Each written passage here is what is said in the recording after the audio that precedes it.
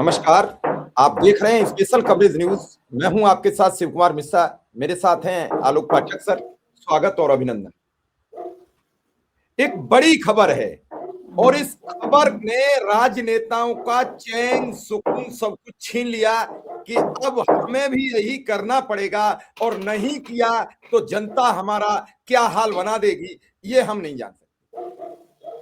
बंगाल में एक आयोजन था। इस आयोजन में फुटबॉलर को आना था, बड़े खिलाड़ी को आना था, वो आए। कार्यक्रम में अव्यवस्थाएं हो गई और जब अव्यवस्थाओं की जानकारी पश्चिम बंगाल की मुख्यमंत्री ममता बनर्जी को मिली, उन्होंने सार्वजनिक, अकेले में नहीं, सार्वजनिक एक्स पर पोस्ट करके माफी मांगी है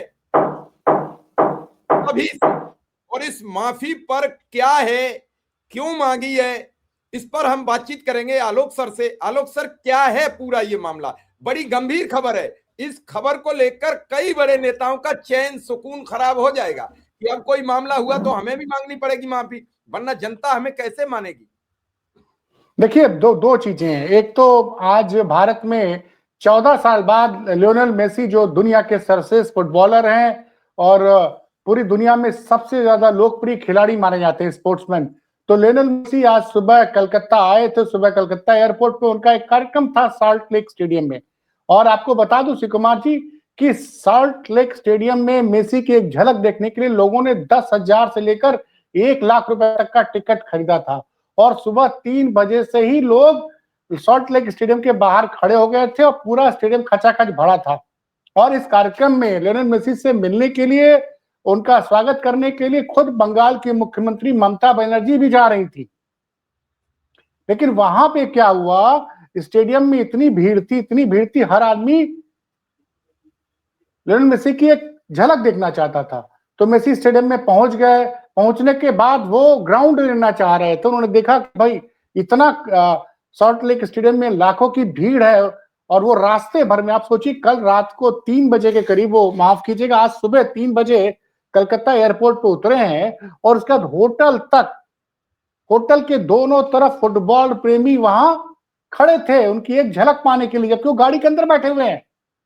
कलकत्ता पुलिस ने बहुत अच्छा इंतजाम किया था। लेकिन हुआ क्या, जो खबर सामने आ रही है कि वहां पे एक मंत्री जो आए क्या किए कि लियोनेल मेसी जब वहां गए, स्टेडियम में अंदर पहुंचे, उन्होंने देखा कि दर्शक इतनी ज्यादा हैं, तो वो दर्शकों की तरफ, स्टैंड की तरफ जाकर उनको बाय करना चाहते, उनसे संवाद करना चाहते थे। लेकिन मंत्री जी ने उनका हाथ पकड़कर कोशिश ये की, जैसा कुछ जगहों से रिपोर्ट्स में आ रहा है सोशल मीडिया में, कि वो चाहते थे कि लियोनेल मेसी के साथ उनके परिवार के लोगों की फोटो खींच ली जाए, फोटो सेशन हो जाए। और उसके बाद सिक्योरिटी को लेके लियोनेल मेसी की टीम ने उस प्रोग्राम को वही कैंसिल कर दिया और ये लोग चले आए। उसके बाद दर्शकों की नाराजगी तो स्वाभाविक है। कलकत्ता तो आप ईडन गार्डन हो या सॉल्ट लेक, बंगाल के जो खेल प्रेमी होते हैं बड़े ही भावुक होते हैं। आप याद कीजिए 1996 में जब भारत और श्रीलंका के बीच वर्ल्ड कप का सेमीफाइनल हो रहा था, एक समय स्कोर था 92 रन पर 1 विकेट। सचिन के आउट होते ही भारत की टीम मतलब ताश के पत्तों की तरह झड़ने लग गई। मुश्किल से 15 रन पे 7 विकेट और गिर गए थे। क्रिकेट प्रेमी इतने नाराज हो गए कि उन्होंने स्टेडियम में बॉटल फेंकना शुरू कर दिया, हल्ला मचाना शुरू कर दिया। नतीजा ये हो कि वर्ल्ड कप के सेमीफाइनल को रद्द करना पड़ा और श्रीलंका को विजेता घोषित कर दिया गया था। और विराट, उस वक्त विनोद कांबली हुआ करते थे जो क्रीज पे नाबाद बल्लेबाज थे, वो रोते हुए आए और भारत उस वर्ल्ड कप से बाहर हो गया था। तो ये कलकत्ता का इतिहास है। कलकत्ता में फुटबॉल और क्रिकेट दोनों को धर्म की तरह पूजा जाता है और कलकत्ता में दीवानगी बड़ी जबरदस्त है। लियोनेल मेसी के लिए कलकत्ता में एक 71 फीट की ऊंची मूर्ति बनाई गई है, स्टेचू, जिसका आज उन्होंने मतलब वो उसका अनावरण भी किया गया है। और जिस चीज, और आपको पता होना चाहिए शिव कुमार जी, आप चूंकि बंगाल का मामला है तो गोदी मीडिया अभी तक क्यों नहीं पहुंची, नहीं तो आपको तो याद होगा कि बंगाल में एक महिला डॉक्टर के साथ जब दुष्कर्म हो गया था तो अंजना, श्वेता, रूबिका और क्या क्या वहां पहुंच के चिल्ला रहे थे। लेकिन यूपी के मामले में बोली बंद हो जाती है वैसे हादसे होते। तो यहां शिव कुमार जी आप सोचिए ना कि एक जनता की पल्स समझने वाली जन नेता, उन्होंने तुरंत माफी मांगी, तुरंत एक जांच कमेटी बना दी कि इस पे मामले की पूरी जांच की जाएगी, दोषियों को कड़ी सजा मिलेगी। तो ये देखिए, एक तरफ ये है और दूसरी तरफ याद कीजिए 29 जनवरी 2025 को इस साल क्या हुआ था। 29 जनवरी 2025 को प्रयागराज में संगम में क्या हुआ था, जब सुबह 3 बजे भगदड़ मच जाती है और उस भगदड़ में कई लोगों की जान चली जाती है। उत्तर प्रदेश की सरकार और योगी आदित्यनाथ सबने मौन साध रखा था। घटना के 8 घंटे बाद प्रधानमंत्री ने श्रद्धालुओं से माफी मांगी। योगी जी ने तब भी कुछ नहीं मुंह खोला था। शाम को 7 बजे योगी जी मीडिया के सामने आया, उन्होंने एक छोटा सा माफी मांगते हुए वीडियो जारी किया। लेकिन यहां देखिए ना, ममता बनर्जी ने समझा। अब मैं सुबह से तमाम खबरें देख रहा था, क्योंकि मेसी का मैं भी बहुत बड़ा फैन हूं और 14 साल बाद लियोनेल मेसी भारत आए हैं। आज उनका कलकत्ता में शो था, शाम को उनको हैदराबाद जाना था, कल मुंबई में एक फ्रेंडली मैच खेलेंगे, उसके बाद 15 तारीख को प्रधानमंत्री से मिलकर उनको वापस लौटना है। तो दुनिया का सदी का जो सबसे बड़ा फुटबॉलर है, और फुटबॉल को पूरी दुनिया का गेम माना जाता है, क्योंकि आप जानते हैं फुटबॉल एक ऐसा गेम है जिसको हर आदमी खेल सकता है। उसमें बहुत ज्यादा गरीबों का खेल माना जाता है, बहुत पॉपुलर माना जाता है। और बंगाल में तो फुटबॉल के प्रति दीवानगी सब जानते हैं। और वहां पे बंगाल में ब्राजील, खासकर जो Latin American games countries football खेलती हैं, जहां ब्राजील और अर्जेंटीना, उनके खिलाड़ियों के लिए जबरदस्त दीवानगी है। आप सोचिए कि आप ओलंपिक का आयोजन करने की बात करते हैं और 1 लाख की भीड़ जब नाराज हो जाती है स्टेडियम में। आप सोचिए, आजकल जाली लगी होती, रॉड्स लगी होती, सबको तोड़ दिया। बड़ी बात यह थी कि कलकत्ता पुलिस की आपको सब सराहना करनी पड़ेगी कि उन्होंने दर्शकों को समझाया बुझाया और किसी बड़ी दुर्घटना की खबर नहीं आई। लेकिन काश, बोलिए, कुछ पूछ रहे थे सर। उन्होंने जो पोस्ट किया है उसका हिंदी बता दें दर्शकों को, क्या है। उन्होंने इंग्लिश में पोस्ट किया है लेकिन हिंदी है उसकी। उन्होंने लिखा कि मैं आज साल्ट लेक स्टेडियम में देखे गए कुप्रबंधन से बहुत परेशान और स्तब्ध हूं। मैं हजारों खेल प्रेमियों प्रशंसकों के साथ कार्यक्रम में शामिल होने के लिए स्टेडियम जा रही थी, जो अपने पसंदीदा फुटबॉलर लियोनेल मेसी की एक झलक पाने के लिए एकत्रित हुए थे। मैं इस दुर्भाग्यपूर्ण घटना के लिए लियोनेल मेसी के साथ साथ सभी खेल प्रेमियों और उनके प्रशंसकों से ईमानदारी से माफी मांगती हूं। सर, लाइन समझिए, ईमानदारी से माफी मांगती हूं। मैं न्यायमूर्ति सेवानिवृत्त असीम कुमार रे की अध्यक्षता में एक जांच समिति का गठन कर रही हूं, जिसमें मुख्य सचिव और गृह सचिव और पहाड़ी मामलों के विभाग के अतिरिक्त मुख्य सचिव सदस्य होंगे। समिति घटना की विस्तृत जांच करेगी, जिम्मेदारी तय करेगी, भविष्य में ऐसी घटनाओं को रोकने के उपायों की सिफारिश करेगी। मैं एक बार फिर सभी खेल प्रेमियों से हार्दिक क्षमा चाहती हूं। बड़ी माफीनामा है सर। मैं आप श्री कुमार जी, लोग नेपाल से, भूटान से, श्रीलंका से, कई देशों से आए थे।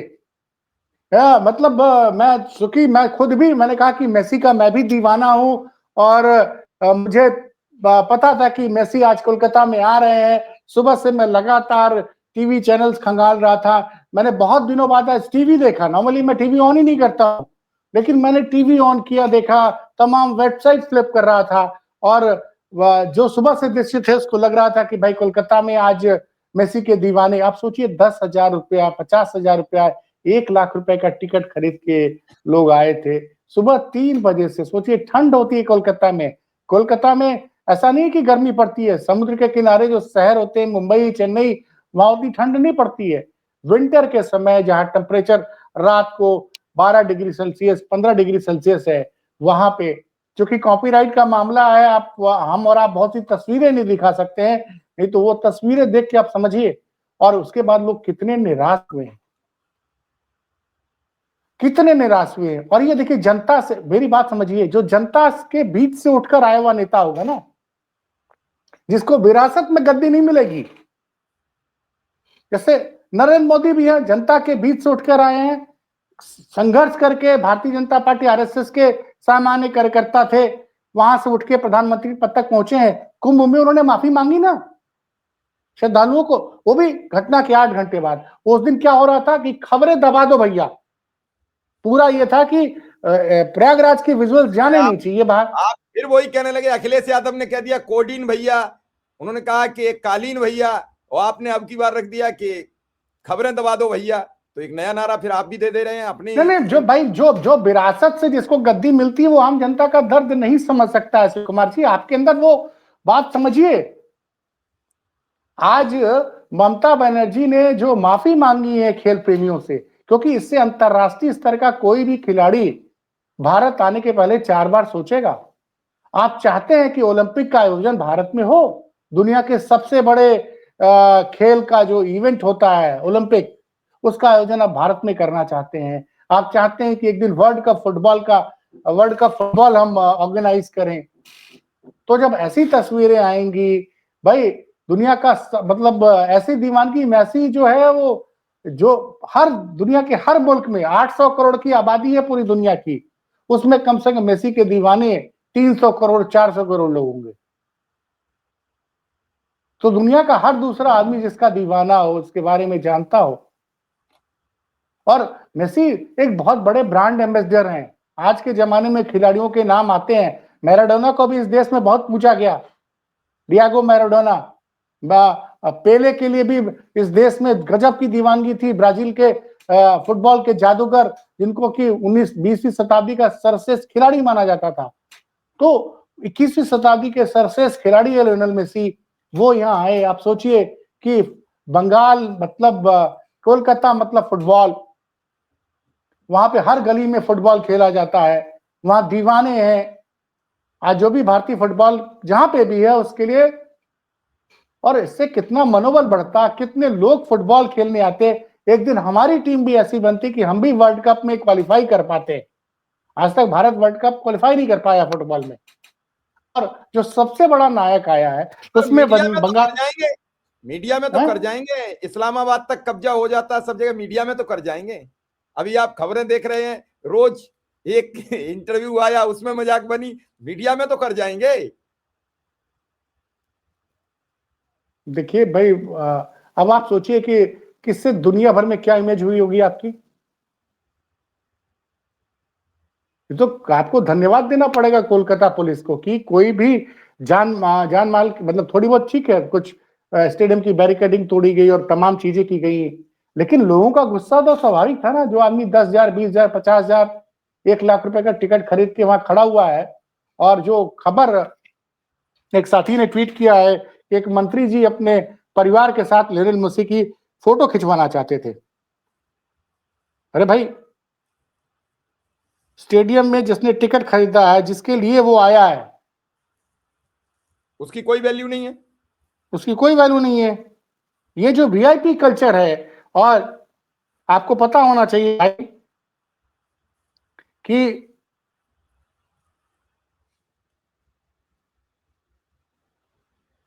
मैं वो बताना चाह रहा था। सबसे बड़ी बात यह है कि आज के दौर में ममता बनर्जी का सार्वजनिक माफी मांगना पूरे विश्व में एक अलग छाप छोड़ेगा। मैं इसे अलग तरीके से देख रहा हूं। भाई, जो घटना घट गई उसे कोई रोक नहीं पाता, ये तो बात तय है सर। अगर वहां ड्रामा हो गया, वहां कुप्रबंधन हो गया, तो उसे रोका नहीं जा सकता था। पुलिस चाहती तो लाठीचार्ज कर सकती थी, पुलिस चाहती तो वहां आंसू गैस के गोले छोड़ सकती थी, पुलिस चाहती तो वहां और कुछ कर सकती थी, रबर के गोले छोड़ सकती थी। लेकिन रबर की गोली या आंसू गैस के गोले वो काम नहीं करते जो ममता बनर्जी ने एक पोस्ट से कर दिया। सब संतुष्ट हो जाएंगे, सब शांत हो जाएंगे, और पूरे विश्व में एक साख बनेगी बंगाल की, बंगाल के जरिए भारत की, कि अगर कोई कुप्रबंधन हुआ विदेश के खिलाड़ी के साथ तो मुख्यमंत्री ने सार्वजनिक माफी मांगी है। ये शब्द पूरे सबके मन में छा जाएगा। आलोक सर, नहीं देखिए, मैंने कहा कि कोलकाता का ऑलरेडी इतिहास रहा है। आपको एक और किस्सा बताता हूं। जब शोएब अख्तर आए थे पहली बार भारत की तरफ, भारत के खिलाफ खेलने के लिए, और उस मैच में सचिन तेंदुलकर बोल्ड आउट हो गए थे पहली गेंद पे, दर्शक नाराज हो गए थे। और उस वक्त तेंदुलकर ने माफी मांगी थी, फिर क्रिकेट शुरू हुआ था। और एक बार तो ऐसा हुआ था कि अगले दिन बिना किसी फैन के मैच कंप्लीट किया गया था। तो क्रिकेट हो या फुटबॉल, वो जो है बंगाल के लिए, पूरे देश के लिए। अभी मैं अपने पूर्व इंडिया टुडे के सहयोगी विक्रांत गुप्ता का ट्वीट देख रहा था, जिनके तो विक्रांत ने लिखा है कि वो उन्होंने बैंगलोर वाली घटना का जिक्र किया है कि इस तरह के लोग, जो कि याद है आईपीएल पहली बार जीती थी रॉयल चैलेंजर्स बैंगलोर 2025 में, और उसके बाद जब विक्ट्री परेड निकाली गई और उसमें अचानक से गेट बंद कर दिए, स्टैम्पर्ड हुई और कई लोग की जान चली गई थी। तो आज तो फिर भी कलकत्ता पुलिस की, ठीक है, कुछ स्टेडियम में कुछ तोड़फोड़ हुई है, लेकिन आम जनता को, कोई क्रिकेट फुटबॉल प्रेमी को कोई नुकसान नहीं हुआ। और ममता ने एक बड़ी लकीर खींच दी, बड़ी लकीर खींचती है ममता बनर्जी। देखिए, सड़क से उठकर आई हुई है, सड़क से उठ के आई हुई है, और किस तरह से उन्होंने तुरंत माफी मांगी। इस तरह की माफी की उम्मीद आप कभी योगी जी से नहीं कर सकते। सर, क्या इस दर्शक इस मामले में आके मुझे गालियां दे सकते हैं, मैं गालियां सुनने को तैयार हूं, लेकिन ममता ने दिखा दिया, ममता ने हर मोर्चे पे दिखाया है कि चाहे वो सांप्रदायिक ताकतों से लड़ना हो, जनता के भले के लिए लड़ना हो, वो हर जगह सी इज स्ट्रीट फाइटर। वो जमे सड़क से उठकर आई हैं और उनको पता है कि देश की जनता, प्रदेश की जनता उनके लिए के हितों की रक्षा करना उनका नैतिक कर्तव्य है। और जो उन्होंने आज माफी मांगी है, वही बताती है कि ममता बनर्जी कितनी बड़ी नेता है। सर, एक अंतिम सवाल आपसे छोटा सा कर रहा हूं, क्या ममता बनर्जी के इस कारनामे से सभी राज्यों के और देश के प्राइम मिनिस्टर पर भी या मंत्रियों पर असर पड़ेगा? आप देख रहे हैं इस समय अहंकार हावी है, चाहे वो संसद हो, चाहे वो जमीन हो, नेता और अधिकारियों में अहंकार हावी है। ये कैसे खत्म होगा और इस अहंकार से जनता कैसे जूझ रही है? बड़ा बुरा हाल है। देखिए, ममता बनर्जी, देखिए पहली बात तो ममता बनर्जी का इतिहास समझिए, कांग्रेस पार्टी की थी, फिर कांग्रेस से अलग हुई, अपने बलबूते पे एक पार्टी बनाई स्टेट लेवल की, और पिछले 15 सालों से बंगाल की मुख्यमंत्री है। और बॉर्डर का स्टेट है, और बंगाल में काफी पढ़े लिखे लोग रहते हैं शिव कुमार जी। वो लोग कुछ चीजें बिल्कुल बर्दाश्त नहीं करते, और हमेशा उन्होंने, यही उनका बड़प्पन है। याद करिए, कोलकाता में जब डॉक्टर्स तमाम स्ट्राइक कर रहे थे, वो उनके बीच चली गई थी, उनको बुलवा के उन्होंने बात की। ये होना चाहिए। दोषी को सजा दिलाती है, वो अपराधियों की जाति नहीं देखती है, वो अपराधियों की जाति देखकर फैसला नहीं करती है, न वोट बैंक की पॉलिटिक्स करती है वो। और हमने तो देखा था कि 29 जनवरी 2025 को क्या हुआ था। सर, अभी आपने देखा एक विधायक उनके यहाँ बहुत ज्यादा जातीयता का दम रो रहा था, तो उन्होंने 2 मिनट लगे निलंबित करने में, पार्टी से निकाल दिया। कोई नहीं निकालेगा इतनी जल्दी अपने किसी विधायक को।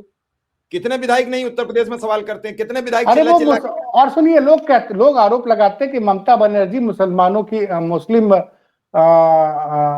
वोट बैंक के लिए, तो उन्होंने हुमायूं कबीर का उन्होंने पार्टी से निकाला, नहीं निकाला, तुरंत निकाल दिया।